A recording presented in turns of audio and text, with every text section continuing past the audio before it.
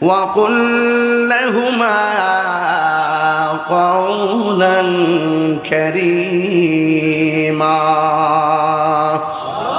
আল্লাহ রাব্বুল আলামিন বলেন মা বাবার সঙ্গে ধমক দিয়ে কথা বলা যাবে না। আল্লাহ বলেন ওয়াকুল লাহুমা কওলান কারীমা, মা বাবার সঙ্গে সম্মানজনক ব্যবহার করা লাগবে, মা বাবার সঙ্গে ভালো ব্যবহার করা লাগবে।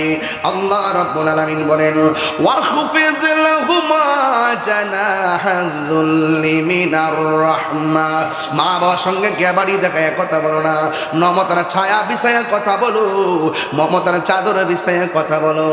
মা বাবারে ধমক দেওয়া যাবে না। বন্ধুরে ও বন্ধু, মা বাবার সঙ্গে খারাপ ব্যবহার যারা করেছে, আমি তাহিরি অনেক দেখেছি, মা বাবার সঙ্গে যারা খারাপ ব্যবহার করেছে এরা কোটিপতি হইল মনের মধ্যে শান্তি নাই। বন্ধু, আমার নবী আপনার নবী রহমাতুল লিল আলামিন হায়াতুন নবী জিন্দা নবী বলেছেন আল জান্নাতু তাহাতা আকদামিল উম্মাহাত, মা বাবার পায়ের নিচে সন্তান, মায়ের পায়ের নিচে সন্তানের জান্নাত। রিদার রাব্বি ফি রিদাল ওয়ালিদাইন ওয়া সাকাতুর রাব্বি ফি সাকাতিল ওয়ালিদাইন, মা বাবার সন্তুষ্টিতেই আল্লাহর সন্তুষ্টি, মা বাবার সন্তুষ্টিতেই আল্লাহর সন্তুষ্টি।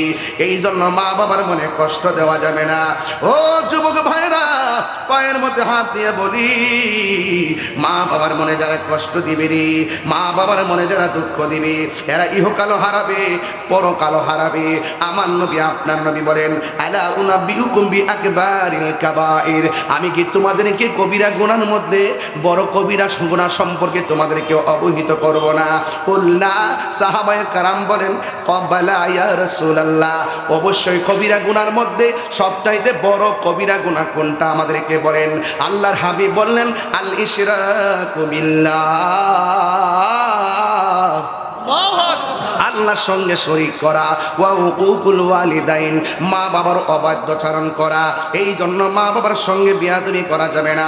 সাআলতু রাসূলুল্লাহি সাল্লাল্লাহু তাআলা আলাইহি ওয়াসাল্লাম, সাহাবী বলেন আমি রাসূলুল্লাহকে প্রশ্ন করলাম আইয়ুল আমালি আহাব্বু ইলাল্লাহ, আল্লাহর কাছে সবচাইতে ভালো এবং মঙ্গলজনক আমলটা কোনটা? ইয়া রাসূলুল্লাহ, আল্লাহর কাছে সবচাইতে ভালো আমল কোনটা, উত্তম আমল কোনটা? আল্লাহর হাবিব সাল্লাল্লাহু তাআলা আলাইহি ওয়াসাল্লাম বলেন আসসালাতু আলা ওয়াক্তিহা, আল্লাহ রাব্বুল আলামিন বলেন, আল্লাহ রাব্বুল আলামিনের হাবিব সাল্লাল্লাহু আলাইহি সাল্লাম বলেন তোমরা যে প্রশ্ন করেছো আল্লাহর কাছে সবচাইতে ভালোবাসার আমল কোনটা, আল্লাহর হাবিব বলেন আসসালাতু আলা ওয়াক্তিহা, আল্লাহর হাবিব বলেন সবচাইতে উত্তম আমল হলো সময় মতো নামাজ কায়েম করা, সময় মতো নামাজ পড়া। কুলতু, সাহাবায়ে কেরাম বললেন ইয়া রাসূলুল্লাহ, এরপরে সুম্মা আইয়ুন, এরপরে কোনটা?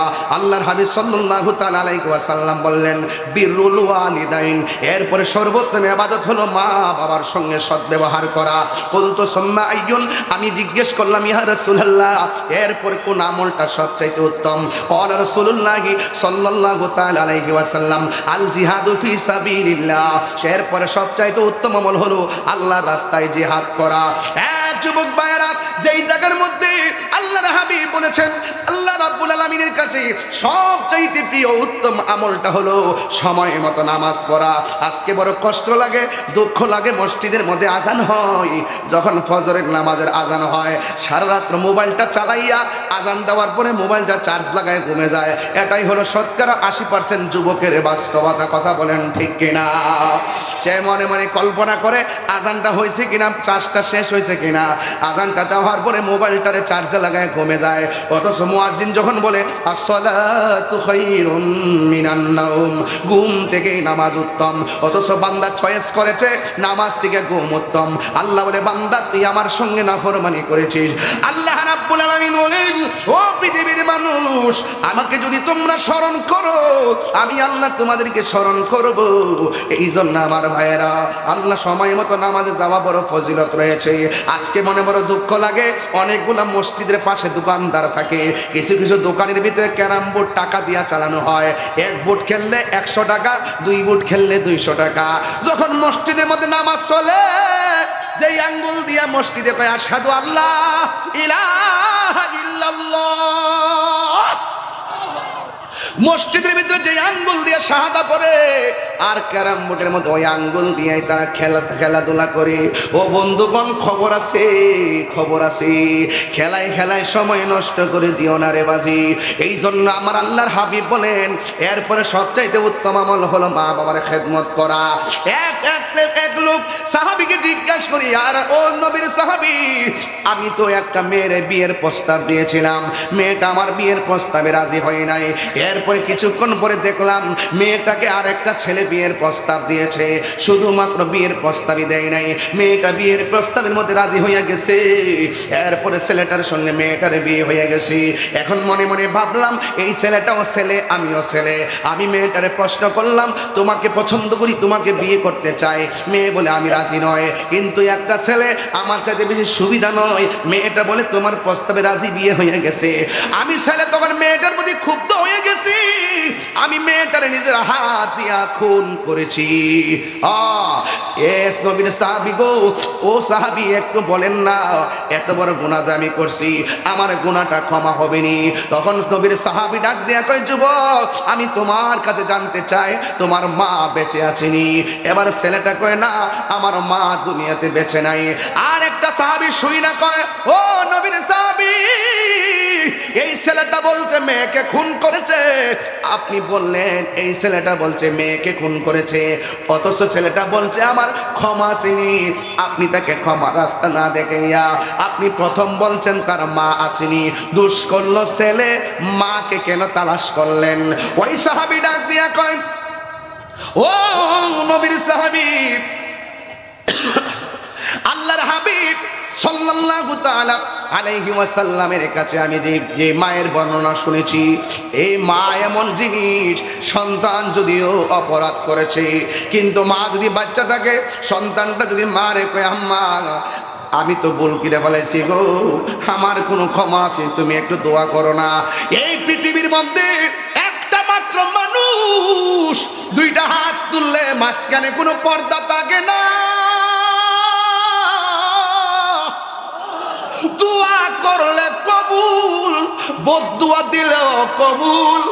আমার মন বলছে ছেলেটা যে খুন করেছে, ছেলের মা যদি তাহাজ্জুদ নামাজের পরে ওইটা যদি কইতো, আল্লাহ আমার ছেলে বুঝে নাই, আমার ছেলে ভুল করছে, আমার ছেলেটারে মাফ কইরা দাও, ওই মায়ের দোয়াটা আল্লাহর দরবারে তাড়াতাড়ি কবুল হয়ে যেত। এই জন্য মা এমন জিনিস, পৃথিবীর সবার দুয়ার মধ্যে স্বার্থ থাকে, কিন্তু মায়ের দুয়ার মধ্যে কোনো স্বার্থ থাকে না। মা নিঃস্বার্থে মা সন্তানের জন্য দোয়া করে। এই জন্য আমি প্রায় মাহফিলের মধ্যে বলে থাকি, নিঃস্বার্থে ভালোবাসে শুধু আমার মা, ববে যার তুলনা নাই। নিঃস্বার্থে ভালোবাসে শুধু আমার মা, ববে যার তুলনা নাই। সেই মা তোমার চলে গেলে গো,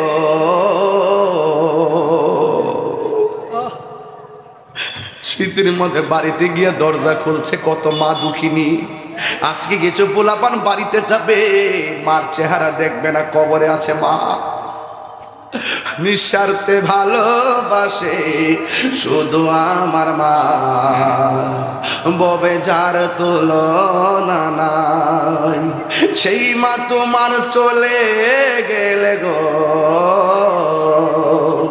সেই মা তোমার চলে গেলে সার হইব কান্দন। এই জগতে কেউ হবে না মায়েরই মতো, এই জগতে কেউ হবে না, এই জগতে কেউ হবে না মায়েরই মতো। মাগো তোমার মতো লই না কেহ, আমায় কুলে টানি। মাগো তোমার মতো লই না কেহ, আমায় কুলে টানি। আঁচল দিয়ে মোচে নাকে,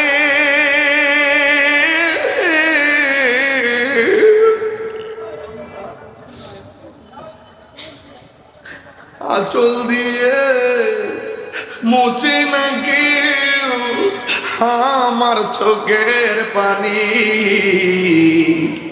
হায়রে মা জননী আমার, হায়রে মা দেখেন তো সাবতী ভাই, সবগুলা পান মনে করছে না জানে কত নাচানাচি হয়, কত কথা হয়। হঠাৎ করে পোলাপানের চোখের পানিগুলা চল চল করে, সব পোলাপান গুলো নীরব হয়ে গেছে।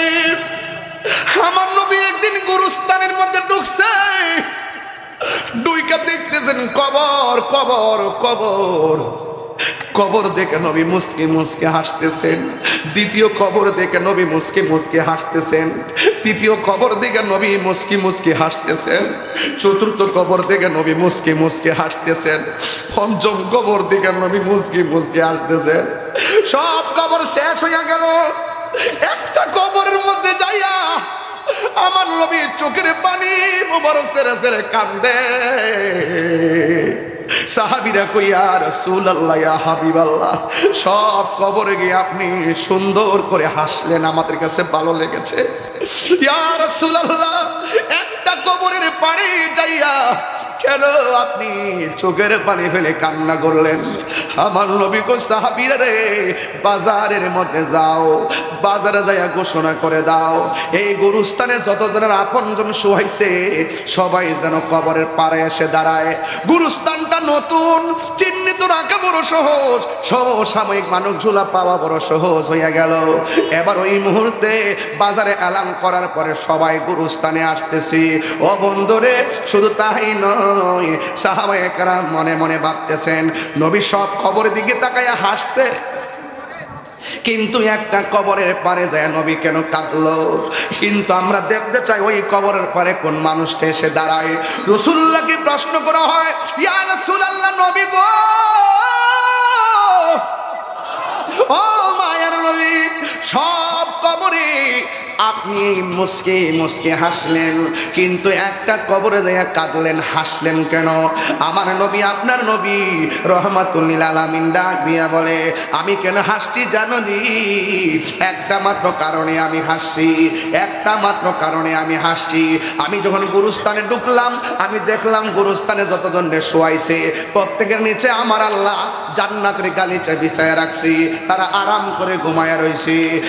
পৃথিবীর মানুষ, ইয়া রাসূলুল্লাহ, নবী গো, তাইলে একটা কবর পারে যায় কেন কাঁদলেন? পয়সাটা আমি পরে বলবো। এবার সবাই তাকায়া রইছে, ওই কান্না যে কবরটা সেখানে কে এসে দাঁড়ায়?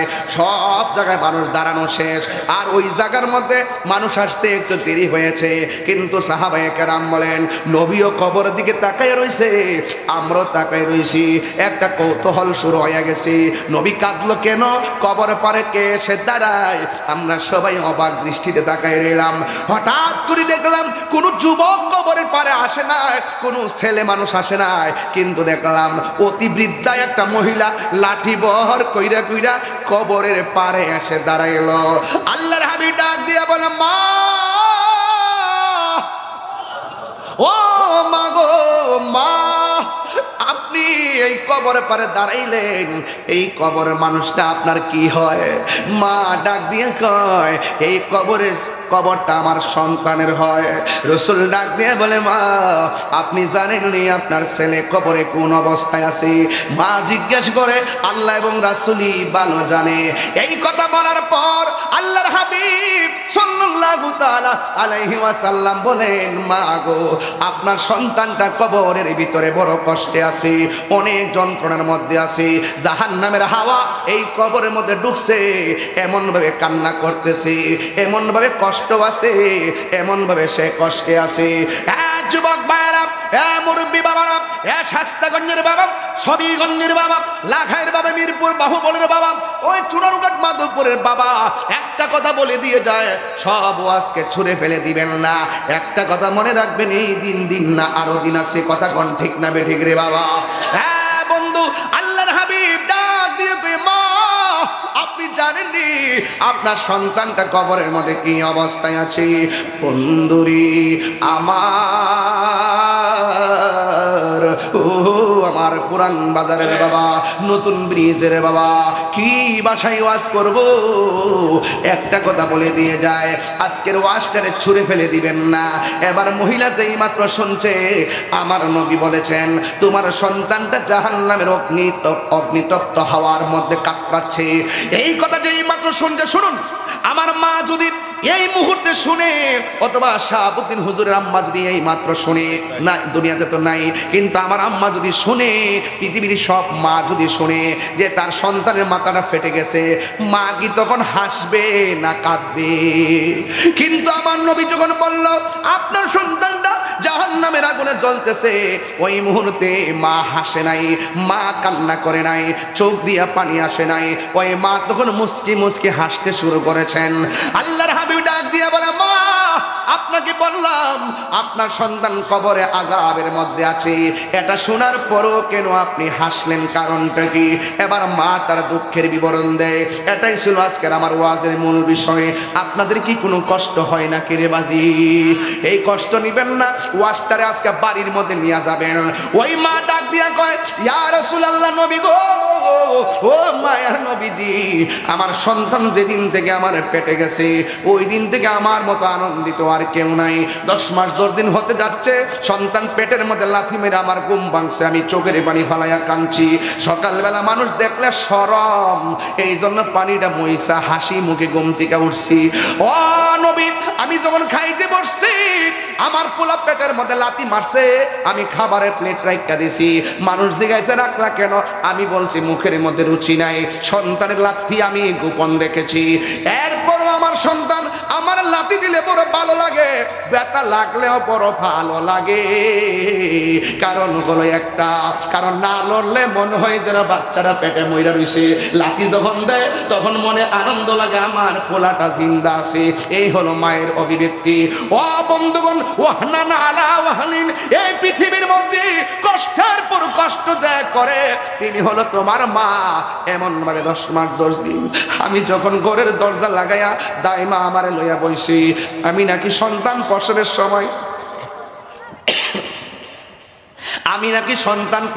সময় কয়েকবার বেহুশ হয়ে গেলাম। এরপরে যাক আল্লাহ বাঁচায় রাখছে, আমি সুন্দর করে সন্তানটারে প্রসব করলাম, তিলে তিলে সন্তানটারে বড় করলাম। আমার শরীরটা দুর্বল হয়ে গেছে, তখন আমার সন্তান আমারে মূল্য দেয় না। একদিন বললাম, বাবা এমন ব্যবহার করিস না, বড় কষ্ট পায়।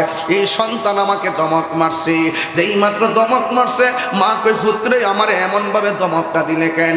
তখন নবী গো, আমি সন্তানে কষ্ট পাই, আল্লাহর কাছে হাত বাড়াইছি, আল্লাহর ডাক দিয়ে বলছি, আল্লাহ আমার পোলা মানে যে কষ্টটা দিতাছে, তুমিও তারে কষ্ট দিও। আল্লাহ যে আমি ফাগলনির দোয়াটা কবুল করছে, এই জন্য আমি হাসতেছি, আমার মতো আনন্দিত আর কেউ নাই। এরপরে আমার নবী তো উম্মতের কান্ডারি, উম্মতের কষ্ট সহ্য করতে পারে না। ওই মুহূর্তে আল্লাহর হাবিব বলেন, মাগো আপনি হয়তো দেখেন না কবরের মধ্যে আযাব হইতেছে, আপনারা আওয়াজ করে বলুন আমার নবী দেখার ক্ষমতা আছে না নাই? ওয়ামা ইয়াস্তাবিল আহইয়া ওয়ালাল আমওয়াত ইন্নাল্লাহা ইউসমিউ মান ইয়াশা। যারা মুর্দা যারা জিন্দা তারা এক হতে পারে না। ওয়া মা ইয়াস্তাবিল আহইয়া ওয়ালাল আমওয়াত, যারা মুর্দা যারা জিন্দা তারা সমান হতে পারে না। ইন্নাল্লাহা ইউসমিউ মান ইয়াশা, আল্লাহ যারা ইচ্ছা করে তারে ওই কবরের আযাবের আওয়াজ শোনার ক্ষমতা দান করে, শুধু শোনা নয় দেখারও ক্ষমতা দান করে। আপনারা জবান খুলে বলেন আমার নবীর সেই ক্ষমতা আছে না নাই? এখন আমার নবী তো উম্মতের কান্ডারি, চিৎকার মেরে কন্যা আল্লাহু আকবার। নবী বলছে সবচাইতে 3টা কবিরা গুনাহ বড়, একটা হলো আল্লাহর সঙ্গে শরীক করা, 2 নম্বর হলো মা বাবার সঙ্গে কি করা, অবাধ্যচরণ করা। আর কবিরা গুনাহের ব্যাপারে নবী তো বলছেন শাফাআতি লি আহলিল কাবাইর মিন উম্মতি, উম্মত গুনাহ কইরা ফলাইলো, বড় বড় গুনাহ করলো, নবী সুপারিশ করবে। আল্লাহর হাবিব ওই মায়ের সামনে 2টা হাত আল্লাহকে বাড়াইয়া দিয়ে আল্লাহ সাহাবায়ে কেরাম তাকায় রইছে। আল্লাহর হাবিবের মতো মুস্তাজিবুদ দাওয়া 1,24,000 পয়গাম্বর কেউ নারী। নবী কইছে সাহাবীরা তোমরা সমস্যা আসেনি? কয় সমস্যা আছে। কয় কি? কয় আকাশের সূর্যটা চোখের মধ্যে লাগে। নবী বলে আল্লাহ আমার সাহাবার চোখের মধ্যে সূর্য লাগে ব্যবস্থা করে দাও। আমার আল্লাহ ওই সূর্যের মুখের মধ্যে মেঘমালা দিয়া দিছে। সাহাবিয়া কেরাম কই ইয়া রাসূলুল্লাহ তলোয়ারটা ভাঙা গেছে। আমার নবী বলে হাতের মধ্যে গাছের ডাল লও। হাতের মধ্যে গাছের ডাল নিছে, ওই ডালটা তরবারি হয়ে গেছে। আমার নবী কই হে আলী তুমি কাঁদো কেন?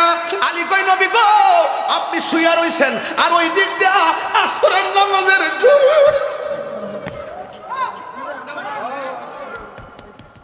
ইয়া রাসূলুল্লাহ নবী গো আসরের নামাজের সূর্যটা ডুবে গেছে। জীবনে কোনোদিন নামাজ কাজা করি নাই, সূর্যটা ডুবে গেছে, মনটা একটু খারাপ লাগতেছে। কই তুমি আমার ডাক দিলা না কেন? ও নবী আপনি কষ্ট পেলে আল্লাহ কষ্ট পাবে, আর আল্লাহ যদি কষ্ট পায় ওয়া আ'আদ্দা লাহুম আযাবাম মুহিনা। ও বন্ধু আল্লাহর হাবিব মাওলা আলীর চোখের পানি দেখে কই আলী তুমি কি কোন আসর নামাজ পড়বা? ও নবী সূর্য ডুবে গেছে। আমার নবী ডাক দিয়া কয় আলী রে শান্ত হও। আলী ডাক দিয়া কয় আমার নবী ডাক দিয়া কয় আমার নবী ডাক দিয়া কয় এ ডুবন্ত সূর্য আসর নামাজের টাইমে যেই জায়গায় ছিলি তুই আমার আলীর জন্য সেই জায়গার মধ্যে চলে আয়। নবী দোয়া করতে দেরি, ওই ওই ডুবন্ত সূর্য আসর নামাজের টাইমে এসে হাজির হইতে দেরি হয় নাই। নবীর মতো মুস্তাজিবুদ দাওয়ার কেউ নাই। সময় কম প্লিজ।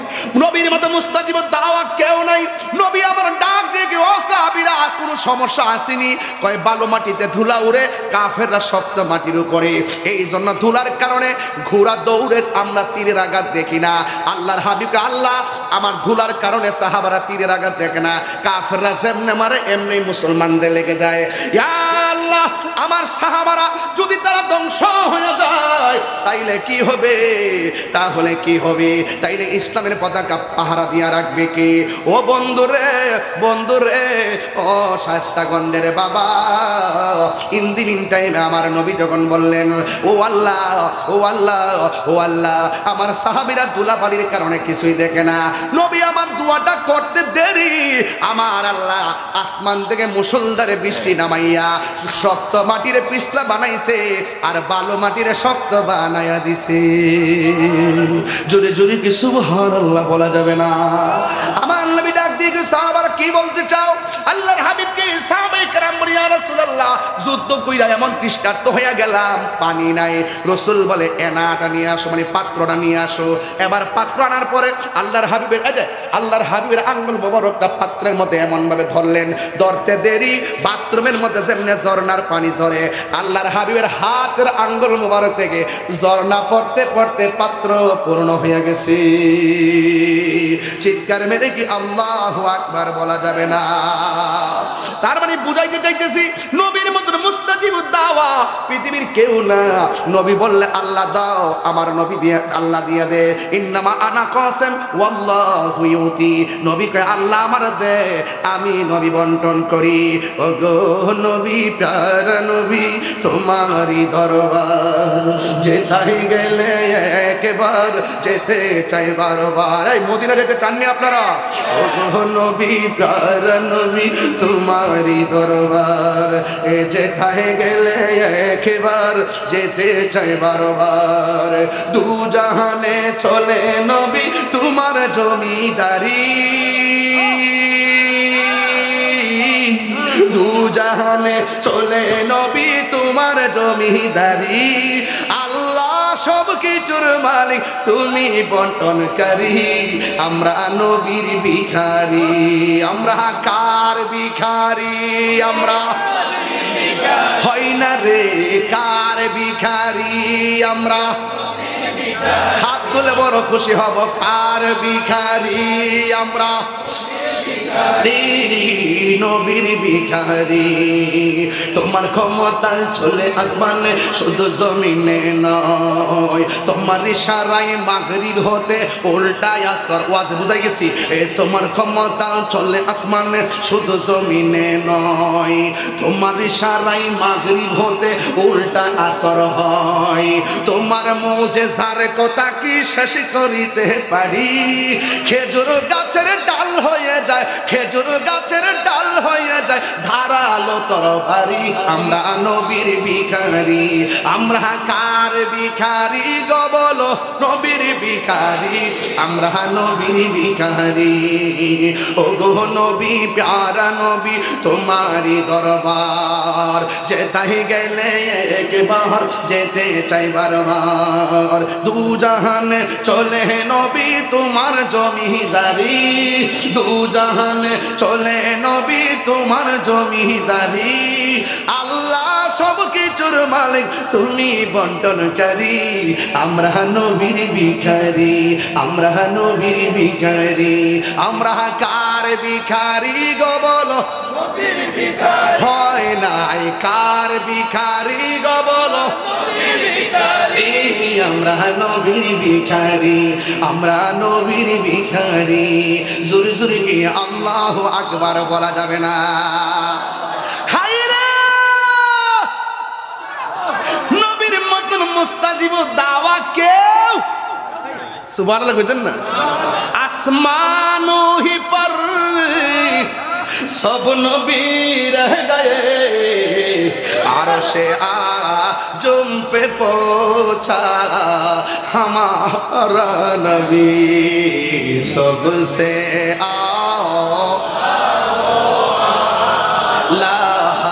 हमारा नबी सबसे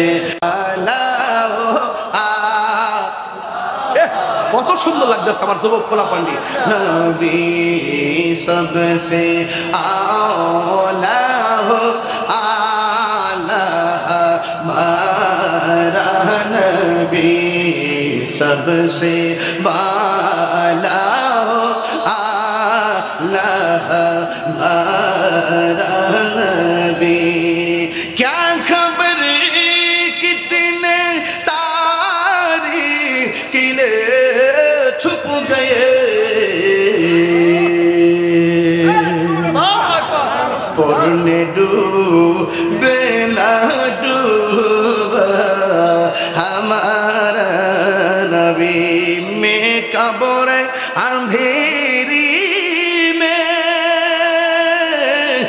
घबराऊंगा जब तन्हा इमदाद मेरी करने আজান রাসূলুল্লাহ জোরে কোন সুবহানাল্লাহ আমি বলছি বাবা নবীর মতন মুস্তাজিবুদ দাওয়া কেউ নাই এবার মা দাঁড়ায় রইছে আমার নবী বলেন আল্লাহ ওই মহিলা তো কবর আযাব দেখে না কিন্তু আল্লাহ মহিলাটারে একটু কবর আযাবটা দেখায়া দাও এই কবরটারে আলোক করে দাও এই কবর কি আসল ঘর না নকল ঘর আসল ঘর কিরে বাজি এই মুহূর্তে 10 বছর একটা কবর করলে কি পাইবেন কোন তো না থাকবে কে বলছে থাকবে হাড্ডি থাকবে আমি বাজে বললে গেছি শিখাইছি এখন 3 দিন পরে কয়দিন 3 দিন পরে নাকটা পচে যায় 6 দিন পরে নখ গোলা উঠে যায় 9 দিন পরে মাথার চুল গোলা উঠে যায় 10 দিন পরে চোখটা ফেটে যায়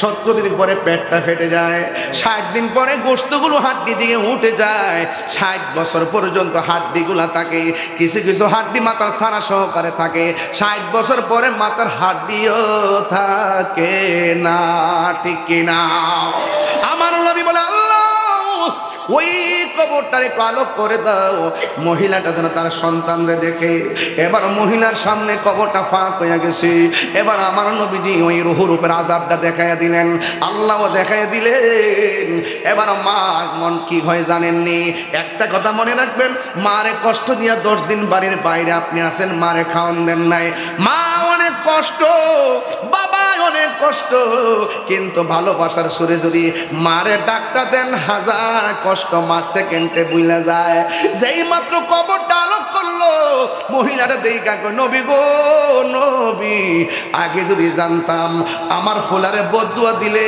আমার আল্লাহ এমন ভাবে জ্বালাইব, মাগো আমি কেমন করে দেব মাটি,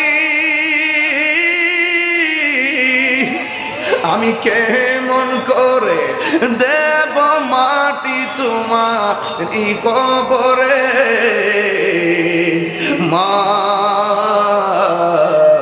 তুমি আমার আগে যেও না গো মরে, কন্যা মা তুমি আমার আগে যেও না গো মরে। যখন রাত্রি নিঝুম নেই চোখে ঘুম, একলা শূন্য ঘরে তোমায় মনে পড়ে মাগো, তোমায় মনে পড়ে। এই সেই ঘর, এই সেই খাট, বিছানার পাশে আছে পানের বাটা, চশমাটা পরে আছে পাশে, শুধু মানে শুধু মানে শুধু মানে শুধু মানে, দরজাটা খুলতে খেয়ে যাই ধুকা। ওই সাবুদ হুজুর আমার কই হুজুর আমার আম্মা নাই, বাড়ি যাওয়ার পরে আর মার মমতার চেহারা আর দেখবে না। আমি বাড়িতে গেলে আমার বাবার চেহারা আর দেখি না।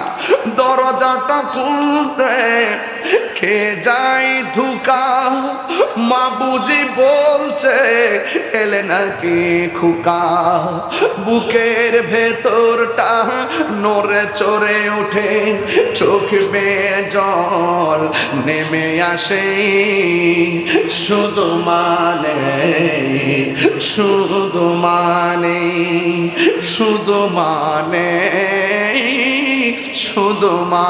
এই আমার আব্বা হারাইছি তো মনে হয়ে গেছে আব্বা, জানি ফিরে পাবো না হারানো তিথি, বাবা শুধু তাহিরির ফেমে বাঁধা স্মৃতি। মার ব্যবহৃত শাড়ি ঘরে এখনো মনে আছে, মার ব্যবহৃত বিছনাটা মনে এখনো আছে, যাই নামাজটা মনে এখনো পরে আছে, কিন্তু মা নাই। আমার বাপের রুমালটা এখনো ঘরে আছে, চেয়ারটা এখনো আছে, বিছনাটা এখনো আছে, কিন্তু আমার বাবা দুনিয়াতে নাই। জানি ফিরে পাবো না হারানো তিথি, বাবা শুধু তাহিরির ফেমে বাঁধা স্মৃতি, বুকের ভেতরটা নড়ে চড়ে ওঠে, চোখ বেয়ে জল নেমে আসে, শুধু মানে শুধু মানে শুধু মানে শুধু মানে, এই সেই ঘর, এই সেই খাট, বিছানার পাশে আছে বাবা গো বাবা। আজকে আমার বিষয় দিয়েছেন মা বাপের বিষয়, আমি একটু বলে দিয়ে যাচ্ছি, আনুষঙ্গিক অনেক কথা বলছি। আমার বাপরে হারাইছে, আমি বুঝি বাপ কেমন বটবৃক্ষ। বাবা গো বাবা, আমার বাপের সপ্তাহে 4 দিন আসতেন নাসির শিপাশালার মাজারে, সপ্তাহে কয়েক দিন, 4 দিন, লাস্টের দিন ইন্তেকাল করবেন। ওই দিন এই দরবারের পাশেই গেটটার মধ্যে আব্বা অসুস্থ হয়, এরপরে হসপিটাল যাওয়ার পথে ইন্তেকাল করেন। শেষ হাজিরাটা আল্লাহর ওলি দরবারে দিয়ে গেছেন। আল্লাহু আকবার কন্যা কেন? বাবা গো বাবা, বাবা গো বাবা, বাবা তুমি কেমন আছো ছোট্ট মাটির ঘরে, তোমার কথারি দই মাঝে পড়ছে বারে বারে। বাবা গো বাবা, বাবা গো বাবা, কত আদরে কত স্নেহ তোমার কাছে পেলাম, সব কিছু হারিয়ে আজকে নিঃস্ব হয়ে গেলাম। কত আদরে কত স্নেহ তোমার কাছে পেলাম, সব কিছু হারিয়ে আজকে নিঃস্ব হয়ে গেলাম। ভালোবাসি তোমায় বাবা, বলেন না, ভালোবাসি তোমায় বাবা, বুকটা যে চাইছি যে তোমার কথা হৃদয় মাঝে পড়ছে বারে বারে। বাবা গো বাবা, বাবা গো বাবা। পায়ে হাত দিয়া বলে যায়, পায়ে হাত দিয়ে বলা যায়, জীবনে কোনোদিন মা বাপের মনে কষ্ট দিবেন না। দিবেন? আমার যুবক পোলাপানগুলো দিবেন? মা বাপের দোয়ায় শুধু ধনী হয় না, মা বাপের দোয়ায় সন্তান ওলি হয়। আরো বড় করে বলেন সুবহানাল্লাহ।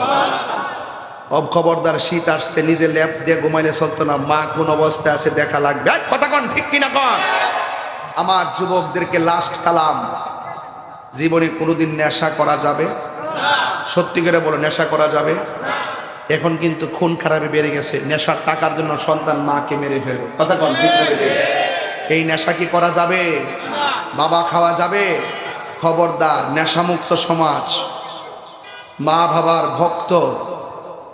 এবং বর্তমান যুব সমাজটা নষ্ট হইতেছে, বলতেছি আজকে এই কিশোর বয়সের পোলাপান গ্রুপে গ্রুপে চলে।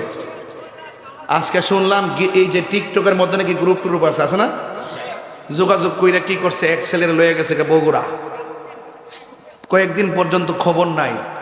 এরপরে ওই 4-5 বন্ধু মিলে নিয়ে গেছে, 4-5 দিন পরে আবার সে এখান থেকে আসছে। তাহলে বন্ধু সঙ্গগুণে লোহাও জলে বাসে। কথা কন ঠিক না বেটি? বন্ধু যদি বাজান খারাপ হয় জীবন শেষ। যে বন্ধু হাতের মধ্যে সভ্যতার কাগজ আর কলম না দিয়া বাবা ট্যাবলেট ধরাই দিছে, এই বন্ধুর পজিশন আমার কাছে কতটুকু সেটা বলতেছি। তোমার জীবনে যদি কোনো শত্রু থাকে, ওই বন্ধুটা হলো শত্রু যে তোমার হাতে নেশা ধরাই দিছে। কথা কোন ঠিক না ঠিক? আজকে থেকে ওয়াদা করতে হবে, চলেন আমি যতক্ষণ কথা বলছি 1 ঘন্টা চোখের পলকে চলে গেছে। বলেন তো দেখি, যতক্ষণ কথা বলছি আমি কি বিষয়ের বাইরে গেছি? কথা বিষয়ের বাইরে গেছি? 2টা পাঠ করছি, একটা পাঠ হলো ইবাদত আর একটা পাঠ হলো খেদমত। এই জন্য কিছু কথা বলছি। বলুন, নামাজের দরকার আছে না নাই? আরো দরকার আছে না নাই? মা বাবার খেদমত দরকার আছে না নাই? তাহলে একটু আওয়াজ করে কোন, নেশা কি চলবে না বন্ধ হবে? আমার আপনার ঠোঁট লড়ে নাই, জোরে কোন, নেশা কি চলবে না বন্ধ হবে? আজকে থেকে নেশা করব, মা বাপের মনে কষ্ট দিব এবং চুরি করব। কেউ বুদ্ধি দিয়া দিলে 5,000 টাকা 2,000 টাকা ধরাই দিলে কাউকে খুন করব। খবরদার বলে দিলাম, মা বাপরে কান্দাইয়া যদি আপনি একবারে হজ করতে যান, আল্লাহ কি খুশি হবে? এই জন্য একটা আমার সাথে গণ, মা কেন এত দামি জানে না সকলে, বলো মা কেন এত দামি জানে না সকলে, জানতো যদি পড়তো দেখে কোরআন হাদিস খুলে।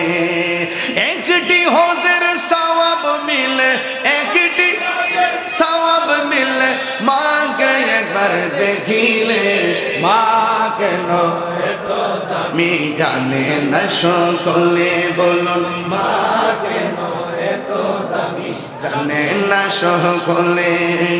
2 বছর পান করালো মায়ের বুকের দুধ, খুলে পিঠে নিয়ে আমায় দিতেনি কত সুখ। বাবা, এই যুবকরা তোমরা কি আসো? আমি কিন্তু এখন মাহফিল কোথা থেকে করে আসছি জানেন আপনারা? নবীগঞ্জ বাগাউড়া, একবারে ওই যে রানীগঞ্জের ব্রিজ আছে না, ব্রিজের কাছাকাছি থেকে একদম প্রোগ্রাম করে দৌড়ায় এসে কিছুক্ষণ রেস্ট করে আসছি। এখান থেকে আরেকটা জায়গায় যাবো, হ্যাঁ ওই যে লক্ষ্মীপুর। তো আপনাকে আওয়াজ করে কন্ত, যদি আপনার একটু মা বাবার খেদমত করেন, এটা সমাজটাকে পরিবর্তন হবে না? এখন হবে না, হবে। এই জন্য সবাই একটু বলেন, হ্যাঁ মা কেন এত দামি জানে না সকলে, জানতো যদি পড়তো দেখে কোরআন হাদিস খুলে। একটি হজের সব মিলে, একটি হজের সব মিলে, মাকে একবার দেখিলে, দেখিলে মা কেন এত দামি জানে না সকলে। দুটি বছর পান করালো মায়ের বুকের দুধ, কোলে পিঠে নিয়ে আমায় দিতেন কত সুখ। দুটি বছর পান করালো মায়ের বুকের দুধ, কোলে পিঠে নিয়ে আমায় দিতেন কত সুখ।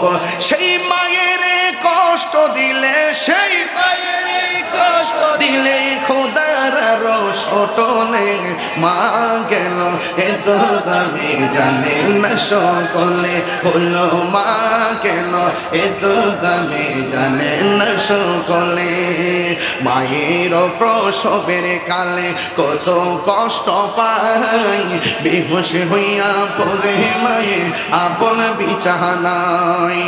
সন্তানের নিয়া কোলে, সন্তানের নিয়া কোলে প্রসবে তা বলে, মা কেন এত দামি জানে না সকলে, বলল নে মা কেন এত দামি জানে না সকলে। হাত তুলে বলেন, হাত তুলে জানাই দেন জানে না সকলে, বলল জানে না সকলে, বলল নে মা কেন এত দামি জানে না সকলে।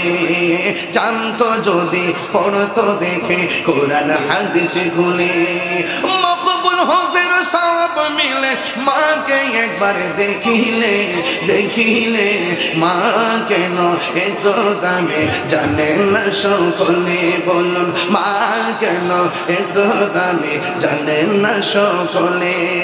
মা গো, মা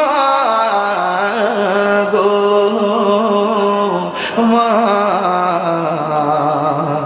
মা গো।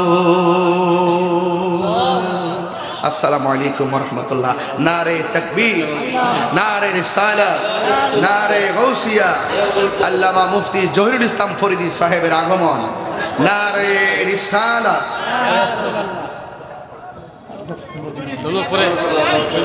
আগামী 24-25 ইস্তেমার দাওয়াত ইসলামী 24-25-26 3 দিনের সুন্নতে ভরা ঢাকা আশিয়ান সিটিতে দাওয়াত ইসলামী ইজতেমা। আপনারা সকলে সবান্ধবে একদম ঝাঁকে ঝাঁকে যাবেন ইনশাআল্লাহ। সকলে বলুন আলহামদুলিল্লাহ। আগামী 20 ডিসেম্বর শায়েস্তাগঞ্জ উপজেলা শাখার উদ্যোগে রেলওয়ে পার্কিংয়ে আমার মাহফিল আছে। আমার বয়ানের সময় বাদ এশা সবাই যাবেন। আগামী 29 ডিসেম্বর আমার মাহফিল আছে কোন জায়গা? দুর্গাপুর বাজারে না? ঠিক আছে ইনশাল্লাহ। আর বিশেষ কথা হলো সামনে তো একটা নির্বাচন আছে, আছে কিনা? কথা আছে কিনা বলেন? যদি বৃহত্তর সুন্নি জোট যদি আমাকে এখানে হবিগঞ্জ 4 মাধবপুর চোরারগাঁয়ের জন্য যদি মনোনীত করে, ইনশাল্লাহ আপনাদের সার্বিক মৌন সম্মতি থাকে এবং অল্প সময়ের ভিতরে আপনাদের মনের ভিতরে যে একটা গণজোয়ার সৃষ্টি হয়েছে, আপনাদের বাদ বাংলার জোয়ারকে কাজে লাগিয়ে ইনশাল্লাহ আমরা সকলকে নিয়ে চেষ্টা করব অন্তত আহলুস সুন্নাত ওয়াল জামাতের প্রতিনিধি হয়ে যেন আমরা যেন সংসদে গিয়ে ইয়া নবী সালাম আলাইকা পড়তে পারি। কথা বলেন ঠিক না? আল্লাহ আমাদের সকলকে বোঝার তৌফিক দান। সবাই বসুন ইনশাআল্লাহ। আমাদের ফরিদী সাহেব আসছেন, আলোচনা করবেন ইনশাআল্লাহ।